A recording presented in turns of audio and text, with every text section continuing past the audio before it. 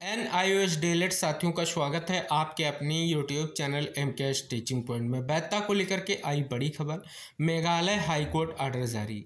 साथियों, ऑर्डर का विश्लेषण करेंगे और साथ ही जानेंगे NIOS डीएलएड के साथियों के लिए क्या कुछ निष्कर्ष निकल कर आ रहा है। निवेदन करेंगे वीडियो को अंत तक देखें और सभी साथियों को शेयर करें। जो साथी चैनल पर पहली बार विजिट कर रहे हैं तो कृपया चैनल को सब्सक्राइब करें, बेल आइकन प्रेस करें, जिससे आप सभी को जो भी महत्वपूर्ण इन्फॉर्मेशन शेयर की जाए आसानी से प्राप्त होती रहे।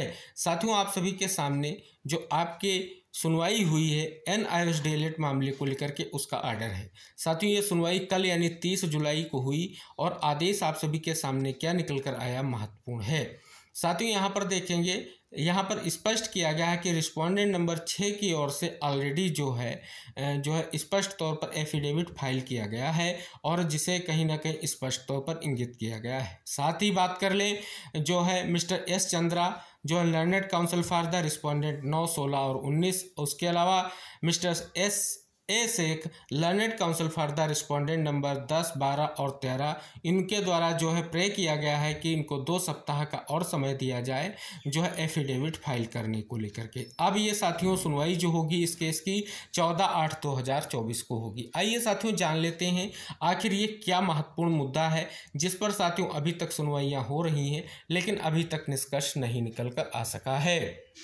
तो साथियों अगर बात कर लें जो याचिका फाइल की गई तो पहली सुनवाई साथियों 19 दिसंबर को हुई, लेकिन साथियों जो महत्वपूर्ण सुनवाई हुई वो 20 दिसंबर 2023 को हुई। 20 दिसंबर 2023 की जो सुनवाई हुई उसका आदेश महत्वपूर्ण है। अगर यहाँ पर देखेंगे साथियों तो स्पष्ट तौर पर याचिकाकर्ता के एडवोकेट को सुना गया और साथ ही बात कर लें जो है AG को भी सुना गया और साथियों नोटिस को लेकर के भी यहाँ पर बात की गई।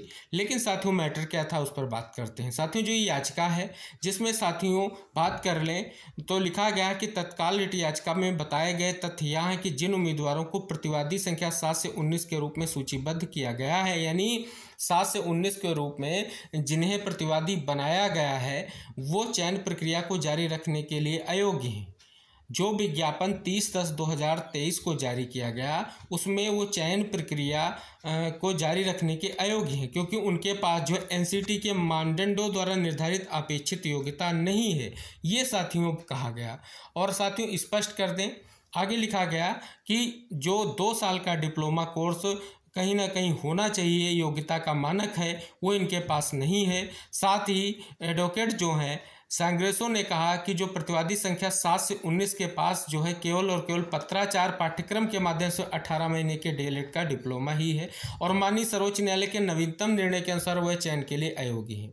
इसलिए वह प्रार्थना करते हैं कि उचित आदेश पारित किया जाए जिससे निर्देश दिया जाए कि इन उम्मीदवारों और इसी तरह की स्थिति वाले अन्य उम्मीदवारों को चयन के लिए विचार नहीं किया जा सकता। यानी सर्वोच्च न्यायालय का जो फैसला है उसका परिप्रेक्ष्य लेते हुए ये कहा गया कि NIOS डीएलएड के कैंडिडेट को प्रक्रिया में प्रतिभाग न कराया जाए। अब NIOS डीएलएड की ओर से श्री ND चुल्लई जो AAG हैं उन्होंने क्या कहा कि चयन प्रक्रिया जो है पहले से चल रही है, यानी सुप्रीम कोर्ट का जो फैसला है उससे पहले से ही चयन प्रक्रिया चल रही है, इसलिए इस स्तर पर किसी अंतरिम आदेश की आवश्यकता नहीं है। यानी साथियों अगर बात कर लें जो भर्ती विज्ञापन है वो सुप्रीम कोर्ट का फैसला आने से पहले आया और चयन प्रक्रिया गतिमान है, लेकिन ये याचिका सुप्रीम कोर्ट फैसला आने के बाद दाखिल की गई और इसमें कोर्ट से ये प्रे किया गया कि सुप्रीम कोर्ट के जो आदेश है उसका परिप्रेक्ष्य लिया जाए और NIOS डीएलएड कैंडिडेट को प्रतिभाग ना कराया जाए। लेकिन साथियों सुनवाई के बाद अगर हम बात कर लें तो कहीं ना कहीं यहाँ पर जो है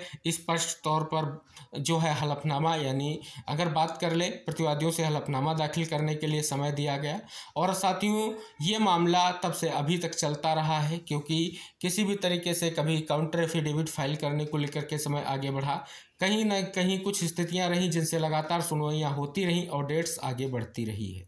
तो ये याचिका NIOS डीएलएड के अगेंस्ट डाली गई है कि उनको जो भर्ती विज्ञापन जारी किया गया 30/10/2023 को, उसमें साथियों उनको प्रतिभाग ना कराया जाए, इसके लिए विशेष तौर पर याचिका है। तो साथियों अभी याचिकाएं निस्तारित नहीं हुई है। अब साथियों जो इसकी नेक्स्ट सुनवाई होगी वो साथियों 14/8/2024 को होने जा रही है। साथियों क्या यह सुनवाई से याचिका निस्तारित होगी, ये बहुत ही महत्वपूर्ण है। और साथियों विशेष तौर पर अगर देखेंगे तो NIOS DLED के लिए बहुत सारे केस जो है अभी भी कई राज्यों में पेंडिंग हैं और विशेष तौर पर कहीं ना कहीं महत्वपूर्ण भी हैं। तो उम्मीद है साथियों इस याचिका पर जब नेक्स्ट सुनवाई होगी तो महत्वपूर्ण तरीके से निष्कर्ष निकलने की संभावना देखी जा रही है। हालांकि साथियों लगातार जो है काउंटर फाइल करने को लेकर के डेट आगे बढ़ाई जा रही है। आगे साथियों निष्कर्ष जो भी होगा सुनवाई का हम आप तक सारी जानकारी शेयर करेंगे।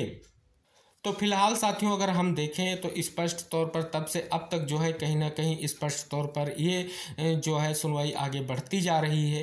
तो निष्कर्ष के तौर पर अगर बात कर ले NIOS DLED के अगेंस्ट जो याचिका पड़ी है इस पर साथियों अभी तक किसी भी तरीके से फाइनल फैसला कोई नहीं आया है। अब जो भी स्थितियाँ होंगी वो साथियों महत्वपूर्ण होंगी और जैसे ही साथियों नेक्स्ट सुनवाई को लेकर के स्थिति क्लियर होती है, जो भी स्थितियाँ रहेंगी इस केस से संबंधित हम आपको सारी जानकारी शेयर करते रहेंगे। और सभी साथियों से निवेदन करेंगे इस वीडियो को शेयर करें, चैनल को सब्सक्राइब करके बेल आइकन प्रेस करें और NIOS DLED से संबंधित महत्वपूर्ण इन्फॉर्मेशन जो भी होती हूँ हम आप तक शेयर करने का पूरा प्रयास करते हैं। आप सभी से निवेदन करेंगे आप भी चैनल से जुड़े और अन्य साथियों को भी जुड़ने के लिए प्रेरित करें। मिलते हैं नेक्स्ट अपडेट के साथ, तब तक के लिए टेक केयर, बाय बाय साथियों।